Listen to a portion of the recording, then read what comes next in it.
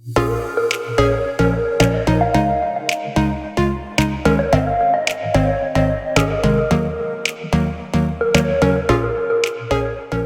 was talking to my son the other day, and he had just returned 2 presents back to the shop or online shop where we bought them from, and it was a sale that we'd bought them in.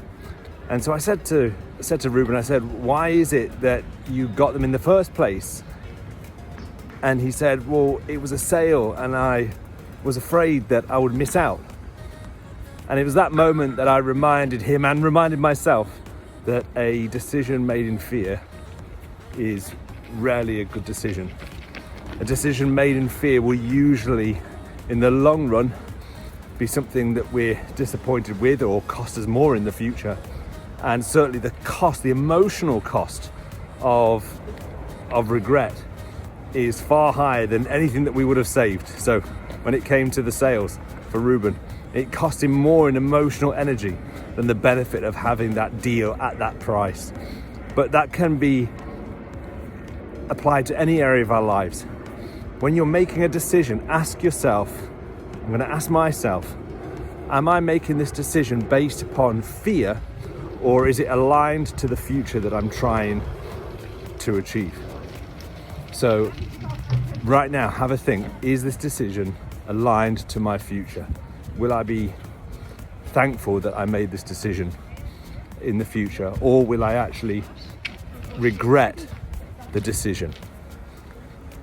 Ask yourself, is this fear, or have I got a conviction? Because conviction is something that I'm convinced of. And again, this is where going 5 years into the future, and I know we can't know exactly what's happening in 5 years, but just sometimes to project ourselves forwards helps to take us out of the emotion of the moment, because that's the thing. We get caught up in emotion, and when emotion drives decisions, again, we're on shaky ground, because usually in that moment, those emotions mean all kinds of things that actually aren't true, and they skew facts.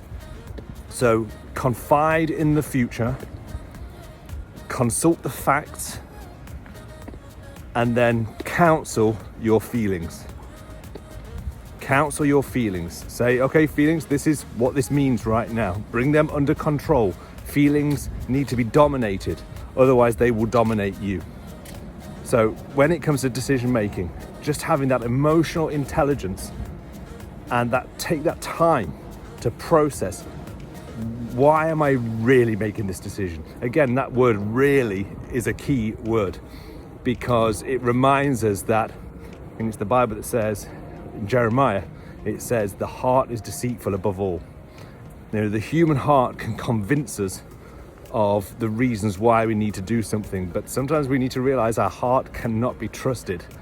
And if we were perfect, then it could always be trusted, but we're not. And so it can't be trusted. We have to check ourselves.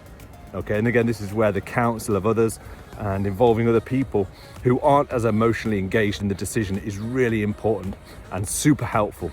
So hope that helps.